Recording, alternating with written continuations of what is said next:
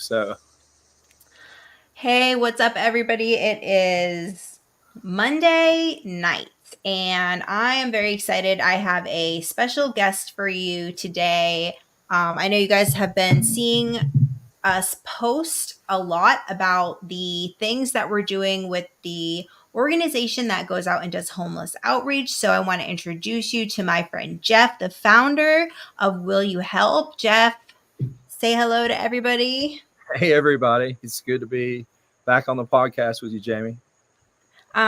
So we are going to be kind of like digging into what we do in the organization and kind of how it came about. So we really wanted to share that with you guys.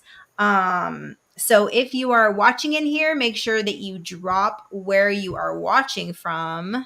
Let's see, let me get my comments up. There we go.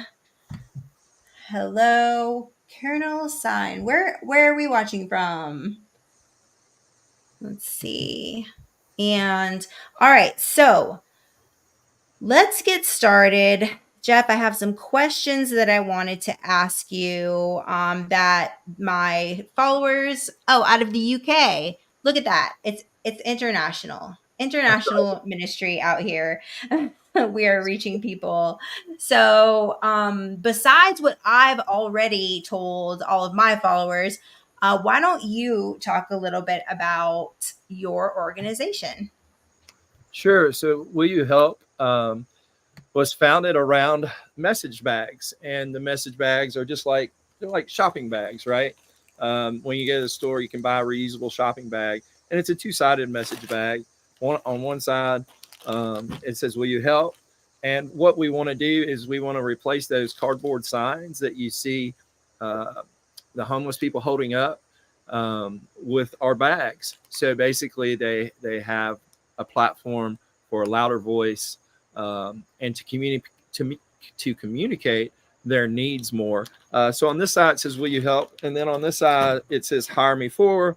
We include a silver sharpie in here, and they can write whatever kind of trade that they want to do right here. Yard work, painting, those kind of things right there. So it's really we're the platform is to help the homeless, give them a voice, so that they can ask for help in a more noticeable way, so people notice them more.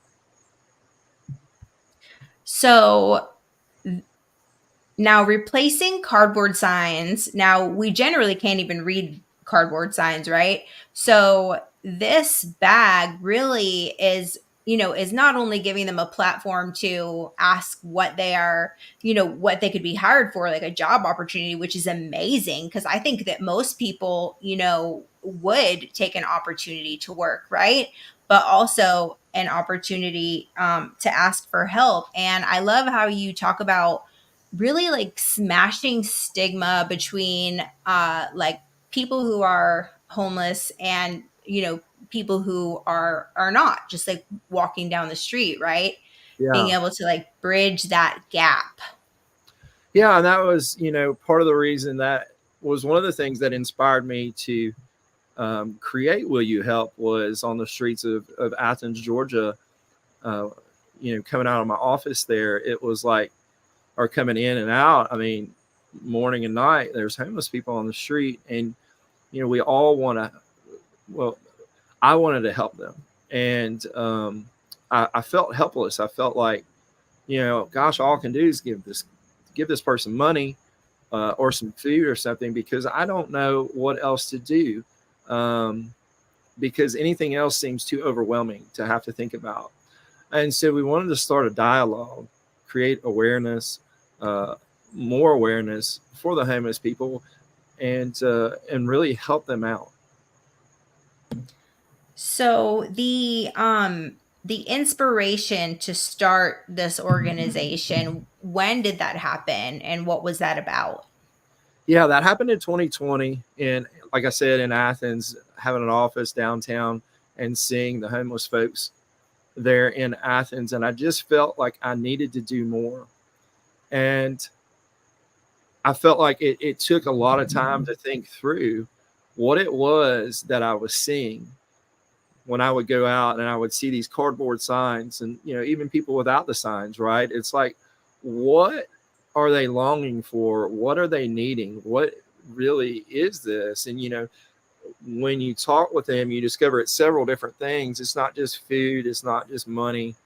um, but they really need help, and they need love as well. They're human.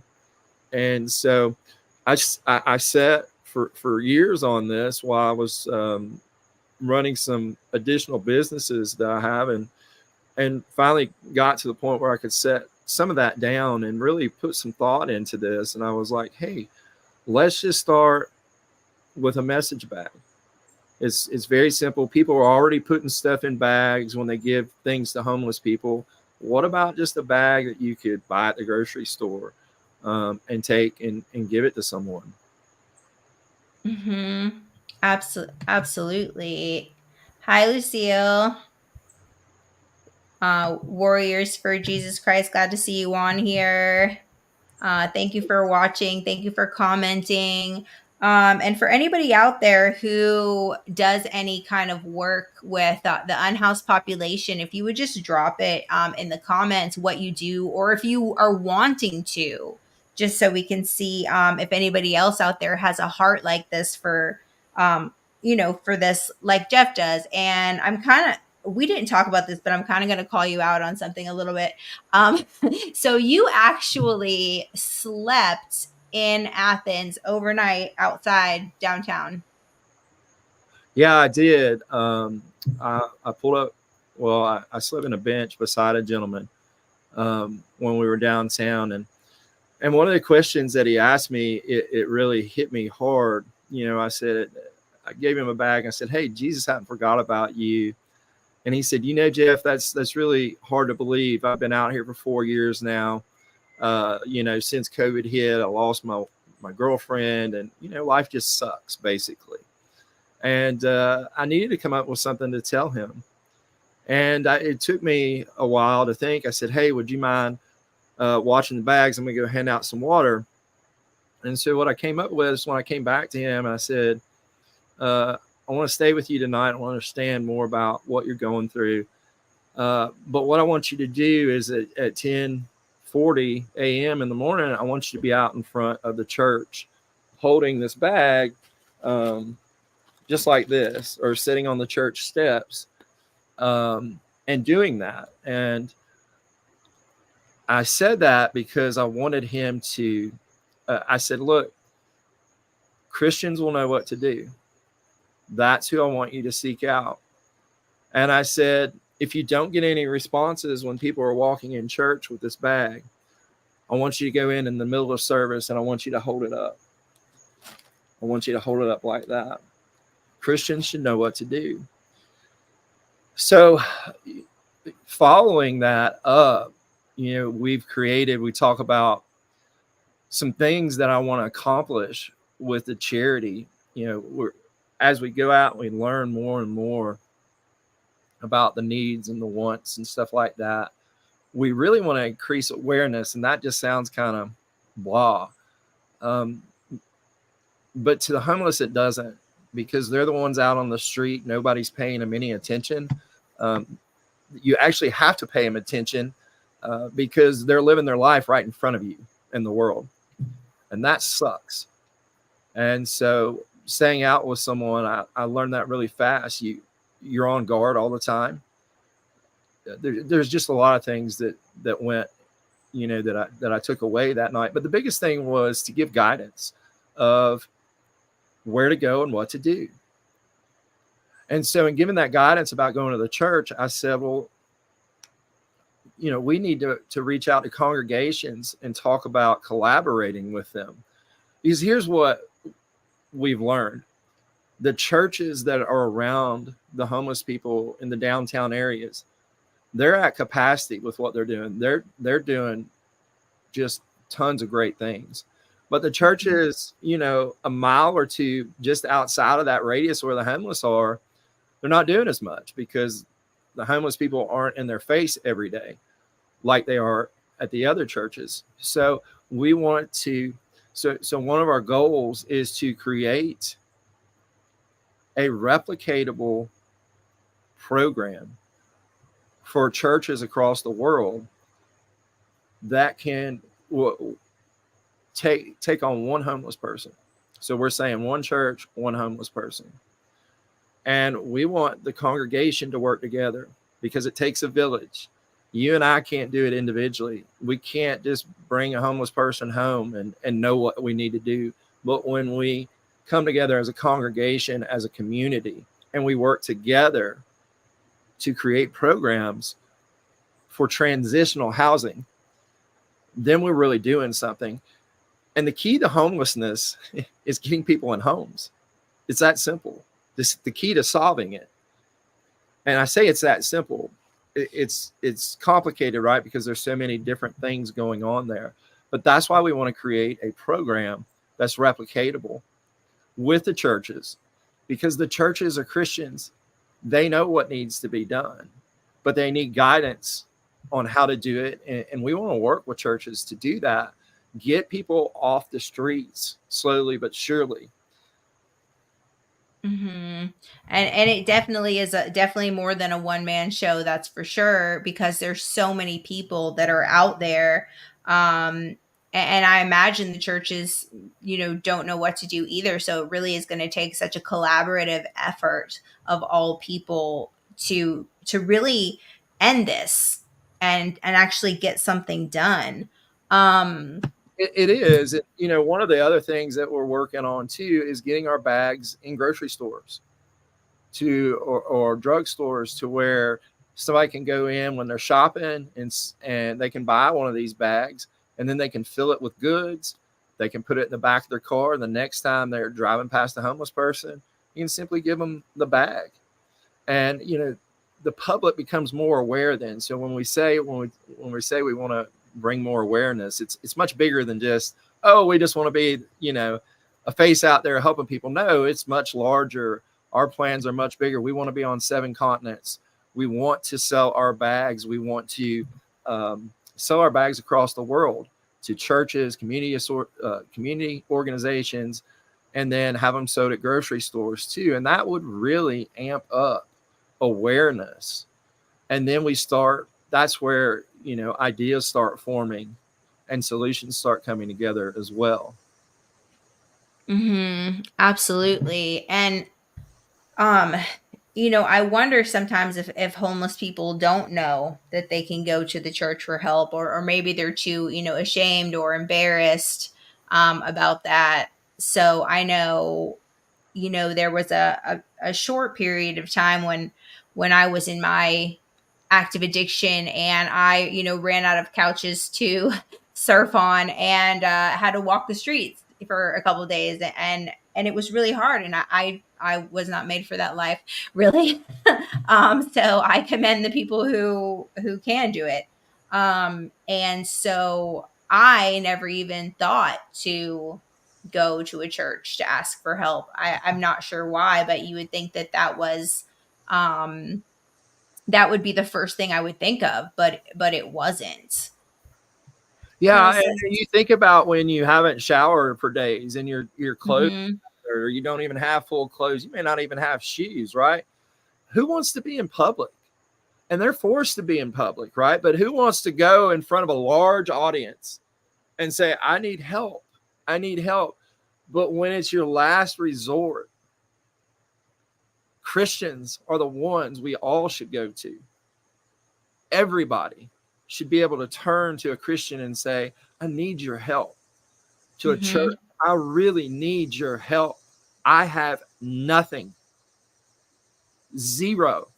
And so it's very hard, right? It's very hard for them, because now they've already been out on the streets where people see them, and now, oh, let me go in front of 300 people and ask for help. So it's overwhelming. So we want to say, hey, it's okay though. It's okay to do this. mm-hmm.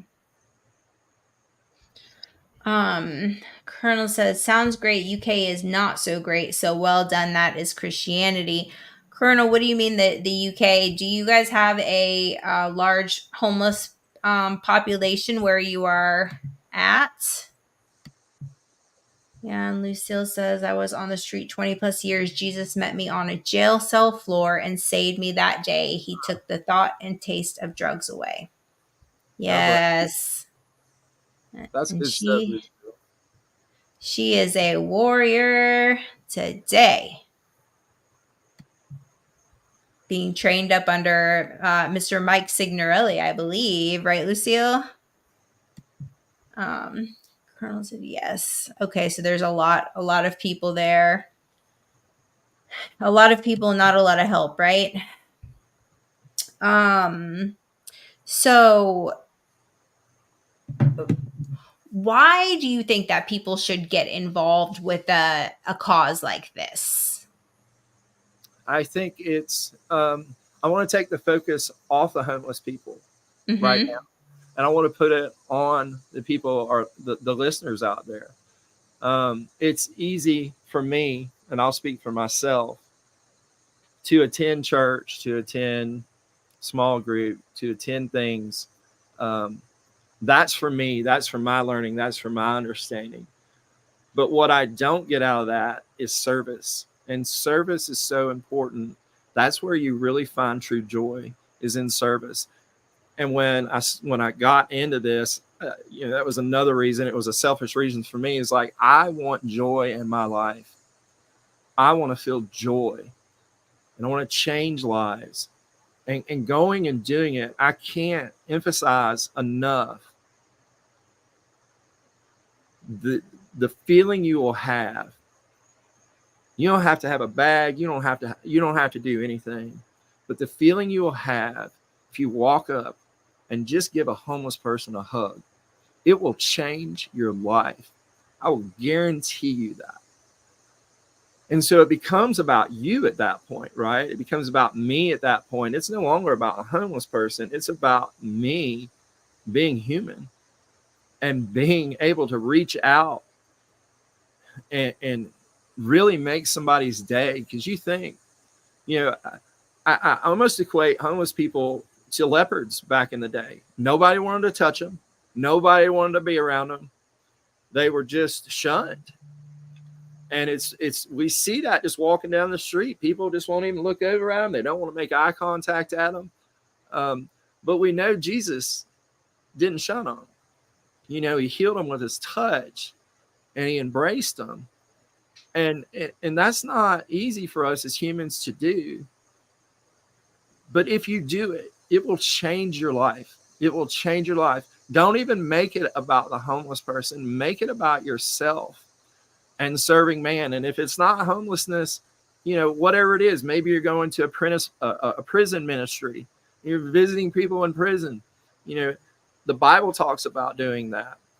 Maybe you're helping out with orphans. The Bible talks about doing that. So if it's not homeless, isn't your cause, but serving is really where you will find happiness, and it will be life-changing for you. So getting outside of the church and going and doing, I think, is just really imperative to help change someone's life. It's changed mine.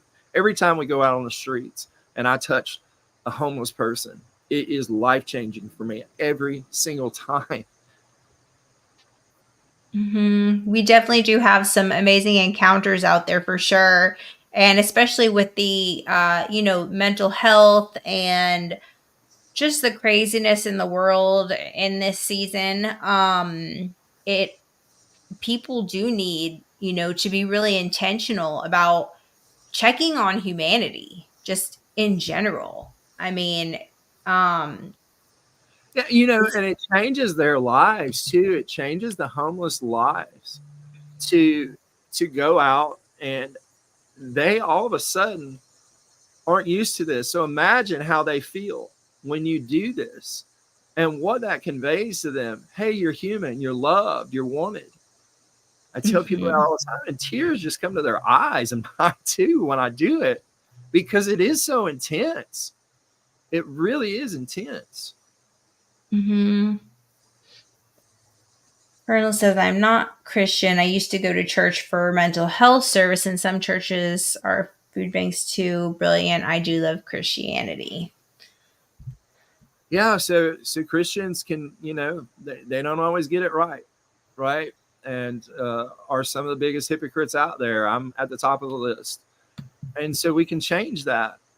We can change that one person at a time. It just takes action. It's not a difficult thing to do once you start doing it. So this is Mhm. the way to do it.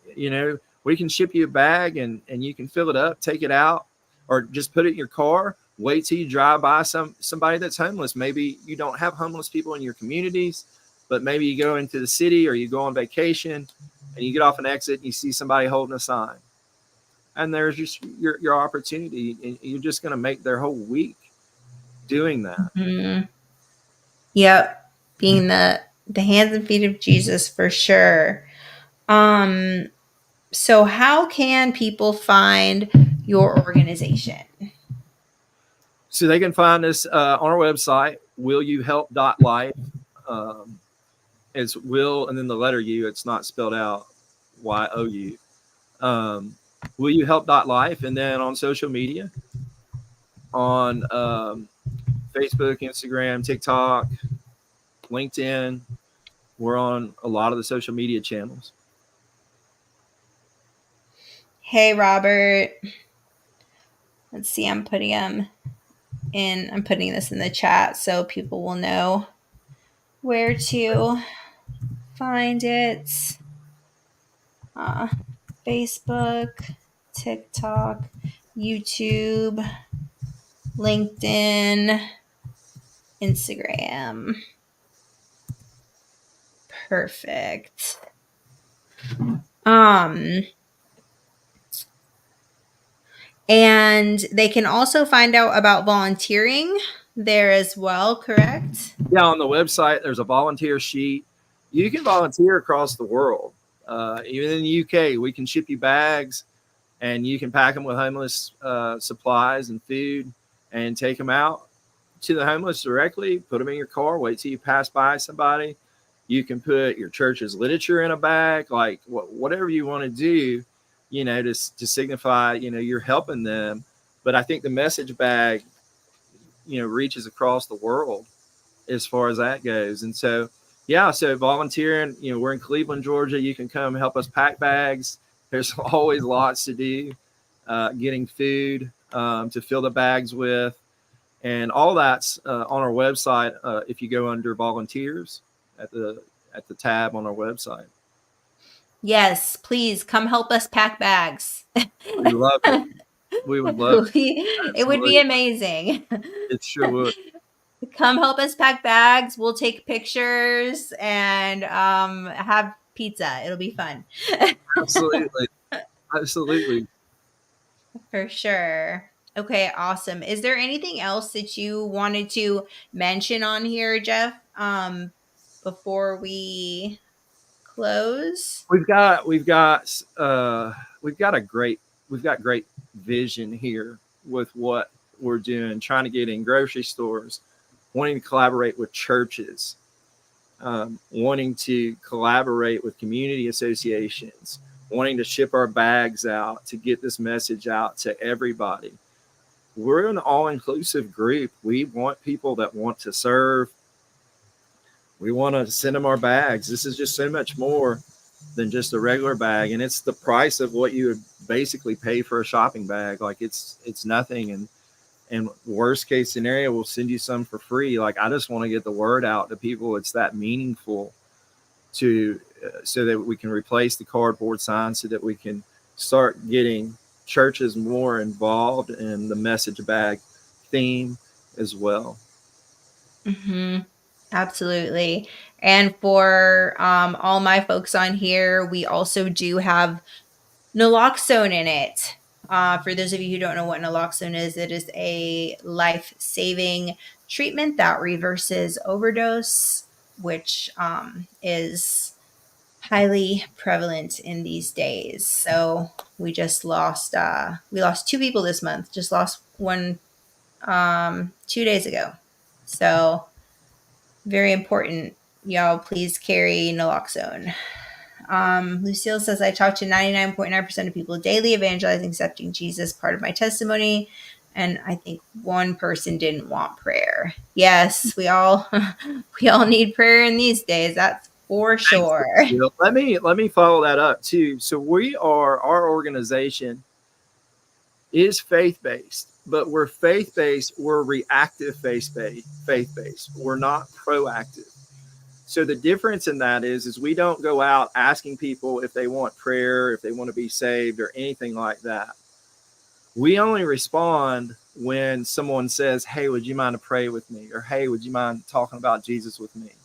That's when we do that, because we're there to serve them, to take care of their needs, not to ask them to do something for us or with us. We want to let that come to us. And that's not to say there's not a need for being proactive. There certainly is. And there's a lot of missions, a lot of good missions that are out there doing that and getting after it. God bless them for doing it. But our organization is more of a reactive organization. We like to listen. We want to understand and do that kind of thing. Yes, we love hearing stories and testimonies, and we definitely hear a lot of them. That's for sure. Making people feel heard, valued, letting them know that we want to know that their story does matter. So that's really important for sure. Absolutely.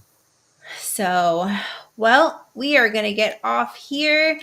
Thank you guys so much. I will be going back through the comments for any that we did not get to, and we will respond to them. So thank you guys so much for watching. I will definitely have Jeff on again, and we will get into some other things. And maybe one time we can come on and tell some cool testimonies of things we see, because we see some amazing things going on in the street. So thank you guys so much. Have an amazing Monday, and we will see you again soon.